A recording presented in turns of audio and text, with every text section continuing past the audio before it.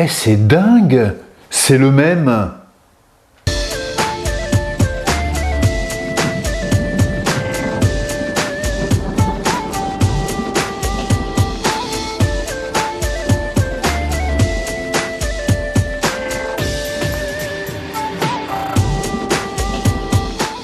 Bonjour et bienvenue pour cette nouvelle Chronique du Moulin, troisième saison, troisième année pendant laquelle je vous accompagne chaque semaine pour évoquer un thème qui me tient à cœur. Aujourd'hui, je voulais vous parler de Terre Anima, qui est l'association que j'ai l'honneur de présider et pour lequel, qui me tient vraiment à cœur, c'est le cas de le dire. Terre Anima est née à la suite d'un voyage, alors que quand on voyage, j'ai eu la chance dans ma vie de beaucoup voyager, et quand on voyage, que ce soit en Inde, au Tibet, en Mongolie,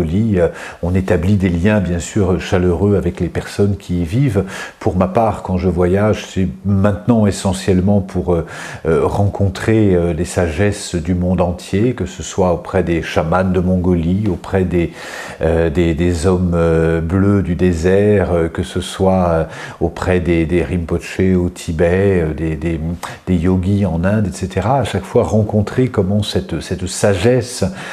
qui est née sur les 5 continents, on peut la retrouver sur cette même terre et on peut beaucoup apprendre. Et quand je fais un voyage, quand je pars en voyage, je me suis rendu compte que après avoir visité dans les premiers voyages, dans mes premières années, de nombreux monuments, après avoir voyagé, marché sur des sentiers, sur des montagnes, etc., que la plus belle rencontre qui pouvait se faire était bien sûr une rencontre humaine, mais que la plus belle chose que je pouvais faire en voyage, c'était d'apporter ma contribution tout simplement pour aider les hommes et les femmes que je pouvais rencontrer. Donc c'est comme ça que j'ai, au cours d'un voyage, aidé ici pour offrir une yourte pour permettre à ceux-là de vivre dans les plaines, ici de pouvoir aider à construire un puits, et puis petit à petit de donner à cette aide un peu plus de matière, comme je fais toujours, c'est-à-dire poser quelques actes et puis donner une structure à cette aide. Et c'est ce qui m'a animé à travers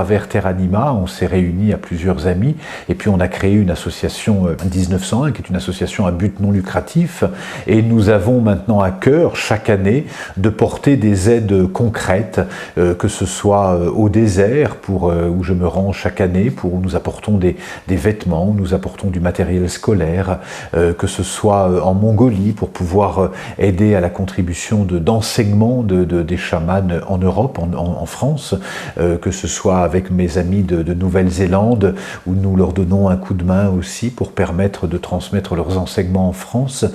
que ce soit en Inde, où nous sommes beaucoup intervenus pendant le confinement pour aider à offrir des repas, parce que pendant la période du confinement a été très difficile. Elle a été difficile en France bien sûr, mais c'est pour moi rien par rapport aux difficultés qu'ont pu rencontrer les Indiens, qui étaient où la vie quotidienne se fait vraiment au jour le jour, et ça a été très difficile parce que confinés, ça les empêche de travailler, et s'ils ne peuvent pas travailler 3 jours, ils sont vraiment dans une difficulté de ne pas pouvoir manger. Et donc l'association a permis d'offrir au départ 10, puis 20, puis 50, jusqu'à 80 000 repas, et puis à la suite de quoi on a aidé à contribuer à construire une école, etc. Ce sont des aides qui sont très concrètes. Moi, je suis quelqu'un d'assez pragmatique et j'aime que les aides soient assez concrètes. Donc, on aide à chaque fois, on établit des liens, là encore, à créer un autre puits, aider à construire un autre puits dans le désert marocain. Donc, chaque année, on essaie de poser des petits actes, mais ce sont des petits actes concrets. On a ainsi aidé dans différents pays. Et puis, notre façon d'aider, c'est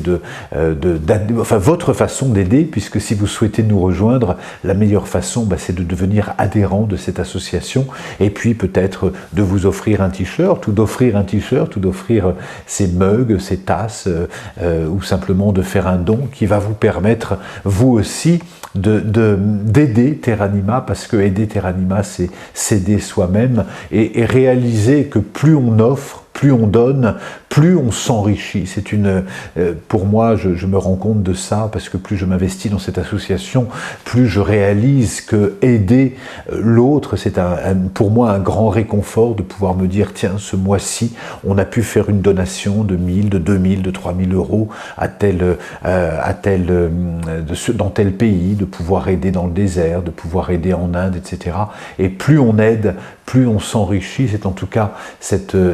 certitude que j'ai aujourd'hui en m'investissant pour Terra Anima, avec toute l'équipe qui investit avec moi, qui s'investit en donnant beaucoup de temps. Et on a comme ça fait beaucoup de liens avec les stages que j'anime. À chaque fois que vous vous inscrivez à un stage, ça nous permet de planter un arbre, ou ça nous permet d'aider un petit peu plus dans le désert. Donc ce sont des aides concrètes. Peut-être c'est une goutte d'eau, mais à force de gouttes d'eau, on permet d'irriguer la terre, chacun à notre façon, à l'image de ce colibri qui simplement fait sa part.